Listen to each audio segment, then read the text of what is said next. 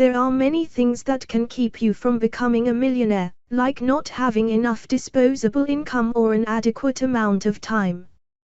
But if you have money that you can spare, the right time horizon, and the risk tolerance for stocks, it can be done, and with less money than you probably think you need every year. Not having a plan. Making a plan can help you become a millionaire, and it starts with actually setting the goal of accumulating $1 million. Then you can evaluate where you are now, and make a roadmap for how you will reach your goal. This will include things like how much you will save each year, the rate of return that you will receive, and for how long you will do it.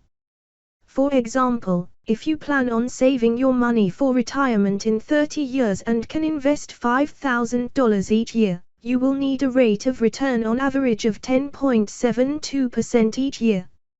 And you could have reached it by investing in the S&P 500, between January 1991 and December 2020.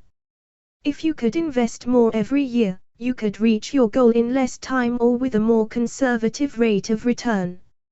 If you can invest $7,000 a year for 27 years, you could reach $1 million at this same rate of return. Or if you invested $7,500 annually, you would only need an 8.5% rate of return on average, which you could have gotten by taking a lot less risk with a portfolio of 50% stocks and 50% bonds. Lack of consistency. Part of growing your accounts to $1 million involves consistency. Some things you can't do anything about, like market conditions. But you can control how consistently you stay invested.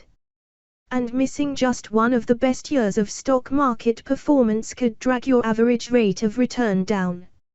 If instead of beginning in January 1991, you had invested in the S&P 500 from January 1992 until the end of December 2020, your average rate of return would have been 10.1% because you would have missed a positive return of 31% in 1991.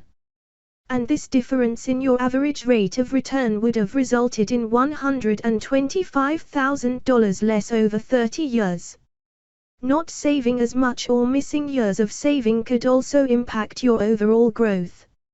If you'd only saved for 25 years instead of 30, your investment would have grown by $400,000 less.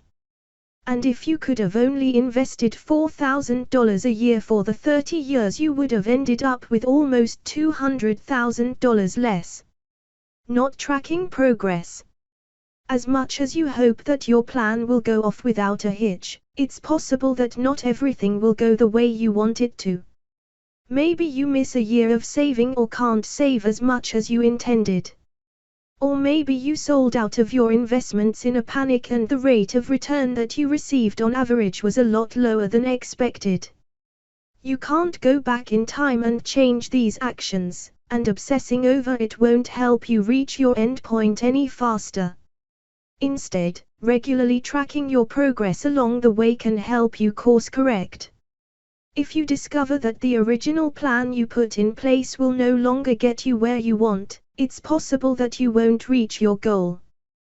But if you catch it soon enough, small adjustments like saving more or increasing your time horizon may help you get back on track.